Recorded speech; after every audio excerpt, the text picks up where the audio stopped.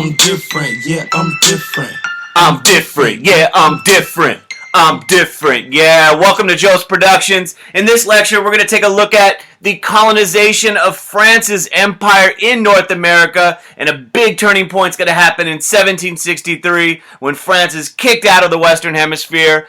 It's important to keep in mind, how was French colonization different than Spanish and English and even the Dutch colonization of the Western Hemisphere? So let's get this party started. Now, if you recall from the lecture on New Spain, Columbus is the first guy, 1492, makes a few wrong turns, but there are others that come along after him. And the French government actually commissioned a guy by the name, in 1524, by the name of Giovanni da Verrazano. And he's an Italian, but he's commissioned by the government of France. And he comes over to the coast of what is today South Carolina. You can see him cruising the coast. What is today Nova Scotia. And he doesn't really find a water route to Asia. He doesn't find any mass empire like Aztec or Incas. And it's kind of an uneventful mission. But others follow. In fact, you get this guy who is one of the big dudes in French colonization history, a guy by the name of Jacques Cartier. In 1534, he sails to the, quote, New World, and he starts exploring this area. Jacques is the first European of French descent to describe and map this area along the St. Lawrence River. And as he's going through this region, he's exploring, but there's nothing really big in terms of his permanently establishing a French presence in North America. He goes into the interior in what is today near Montreal and today Quebec, but he eventually goes. What's important to keep in mind is in the 1500s, France is a mess.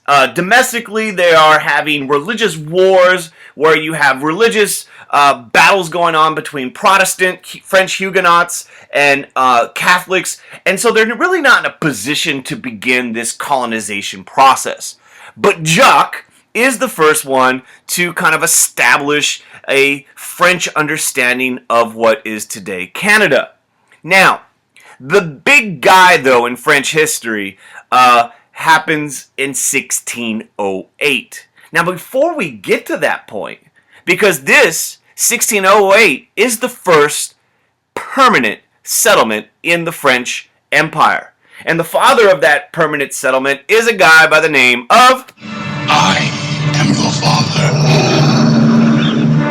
father. Samuel de Champlain. And he is considered the father of New France. Now, what's important to keep in mind is by 1608, the Catholics and the Huguenots are no longer fighting in France. Domestic tranquility, if you want to call it that, is starting to appear. And so now they're in a position to create a sustained permanent settlement, and that happens at Quebec. You know, random fun fact to see how all this stuff is connected. In 1565, there was actually a group of French Huguenots down here in what is today Florida who had a settlement seeking some religious refuge, but in 1565, Spain came in and kicked their butts and renamed that area St. Augustine. You guessed it. So, Quebec is established. Now, a couple things about Quebec. You know, here you got Samuel de Champlain. He's the guy, the father of New France. And he doesn't mess around. He quickly starts getting down to business. And one of the things that they do, the French settlement early on, is they establish a relationship with the Huron Indians in this area near the Great Lakes. And this relationship is hugely important because it starts off with trade. The French are going to get these furry things we'll talk about in just a moment. The native people are going to be getting things like gunpowder and guns and metal tools and axes and knives and cloths and glass beads and all these things that they didn't have access to, including alcohol, which is all of them are going to change Native American life in huge ways. So they create this relationship based upon economic trade, but also a military relationship. In fact, New France and the Hurons, one of their big enemies is going to be the Iroquois tribe of the upper New York area. In fact, you're going to have a battle ensue between the French and their Indian allies and the British and their Indian allies. Stay tuned for that. So you have these relationships developing, and this is going on, and you can see it a little bit more clearly on the map because it's not just the Huron tribe, it's also the Algonquin, which is also up in the region in what is New France. So you have all this stuff going on, and why are they there though, right? They're not just there. Canada's really freaking cold. Why would you come? You're not there just to make new friends and learn new cultures. The big item is they're in pursuit of the beaver. In fact, this item is going to be hugely important. The fur trade is going to be hugely important for the colony of France. And unlike the British and the Spanish to some extent, the French are going to rely on relatively good relations with the native people. They're going to try to foster those relations. Because here's why. The native people know where the beaver are. In fact, beavers are adorable. This relationship is going to be something unique that the French colonization process is going to have. And what the French are going to do, along with this trade, here you got this image of these Native Americans bringing these pelts to the European colonists, is they're going to assist the Huron in fighting their traditional enemy, the Iroquois. So keep that in mind.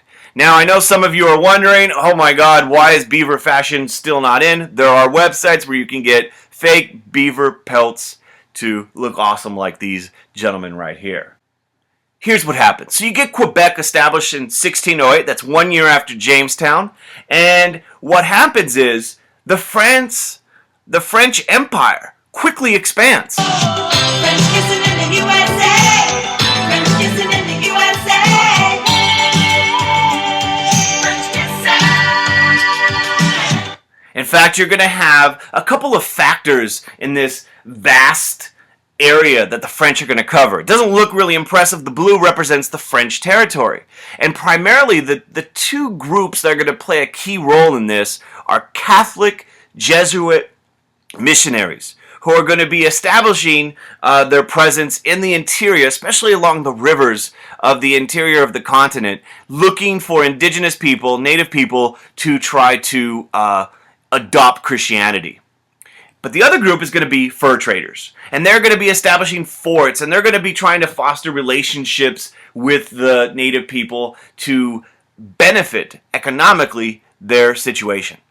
So you have this growth of this French colony on these two levels. One group that you need to know are these guys. And these individuals, there's the French term, I'm going to probably mess it up if I try. And these guys, which basically means the runners of the woods.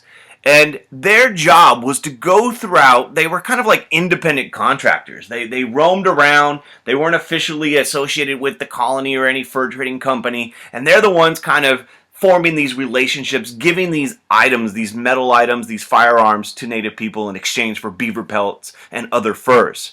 Now, big problem develops is one of the key items that they would trade with the native people is, of course, alcohol, which creates all sorts of problems with native life and family and other aspects of native culture. So you get these people, these French independent traders going throughout the interior looking for relations with the native people. Another group is the Jesuit missionaries. Here's one of the most famous one, Father Jacques Marquette. And he is going to go throughout the colony looking to convert native people. And he's going to find that they're not going to have a whole lot of converts. Not a lot of native people are, open to this idea. Remember, the French are not coming in huge numbers, so not a lot of native people convert to Catholicism. But these Jesuit missionaries play an important role as explorers and geographers of the Mississippi region, the Ohio Valley, and other areas.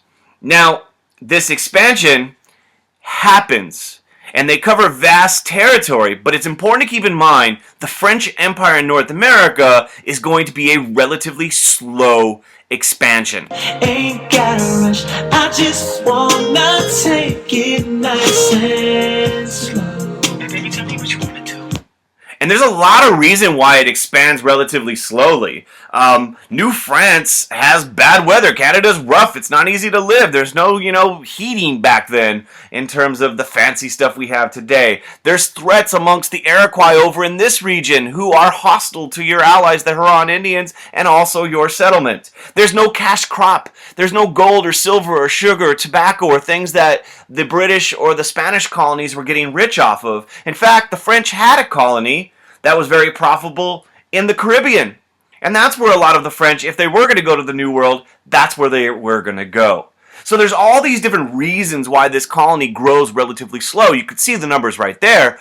In fact, comparatively speaking, this map's roughly 1702. And if you look, it looks like the French have, a decent amount of territory, but their numbers compared to the British are really, really small. But you do have this expansion taking place. It is happening at a slow pace, but they are coming in here during this time. And the colony, here it is not too long later, 1750, it looks pretty impressive. The French territory is quite large when it comes to space. But once again, way less people than in the British colonies. A little bit more than the Spanish, but relatively small. A couple things do happen though. You get Antoine Cadillac creating or founding the city of Detroit. It's really a fort in its early period of time, but you get the French settlement at Detroit.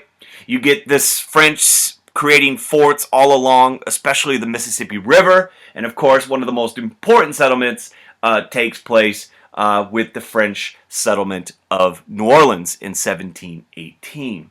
So you have all these different forts being established. You have the fur trade taking place. This empire is very large, very difficult to manage. In fact, when you look at the government of New France, it was almost completely autocratic. Now, what the heck does that mean? That means things that they enjoyed in the British colonies, those guys in the yellow, the French colonists did not enjoy. What are you talking about, Mr. Jose? Denied. Elected representative assemblies. There was no House of Burgess in New France. There was no town hall meetings. There was no representative assemblies. There's no trial by jury. So a lot of these rights that are starting to pop up in Europe and, coming to the New World aren't really taking place in the French colony, which further limits its appeal to French citizens. And of course, you have this very profitable colony down here that many people are going to.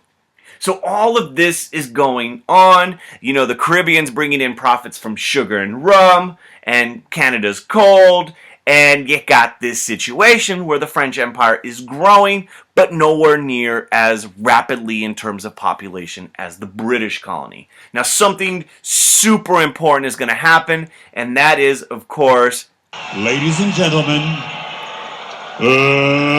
let's get ready to rumble! You are going to have a series of wars. And I'm going to do a really short job on these wars because these wars are enormously complex. But basically, these wars all start in Europe. There are 3 of them. You can see the names in Europe. But what's important is, for this lecture, what they were called in the colonies. King William's War takes place. And really not a big game changer in terms of, land changing hands or anything like that. Then you got Queen Anne's War. But take a look what happens here. In 1713, that ends. And the British take a whole chunk of land from New France. They take the Hudson Bay. They take Nova Scotia. They take a lot of different territory. Newfoundland. And you have this situation where these European powers, their fights that are taking place over in Europe are spilling over to the Western Hemisphere. And it's having huge consequences for the territories of the colonies. King George's War follows. It's the 3rd in 1748. A lot of different things happen here, and one of them kind of important and interesting. What you see in this image right here is the British and colonists and the British soldiers taking the French fort of Louisbourg. And what ends up happening is, after the treaty, the French are given that fort back. And this pisses off the colonists, the British colonists, because in their mind, this is their land. They want this. And the British are denying them this. And this is going to cause some tension. Now, the big, important battle that you all should know actually takes place, and it's the Fourth War in 1754, and it's the one where France is going to have to let it go. Libéré, délivré, c'est décidé, je m'en vais. And that battle, if you take a look at these two maps, 1754, the French and Indian War starts, and this one, unlike those other three, starts in North America. And the consequences of that war is going to be very, very dire for the French, because their North American empire is going to be taken away, and we'll see how that happens and what happens in another lecture. Thank you for watching. If you're checking this lecture out for APUSH, my APUSH peeps, make sure you know these terms. These are important terms. Go back and watch. And most importantly, hope you learned something. And subscribe to Joe's Productions. Like the video. Post some comments. Tell your friends. And have a beautiful day.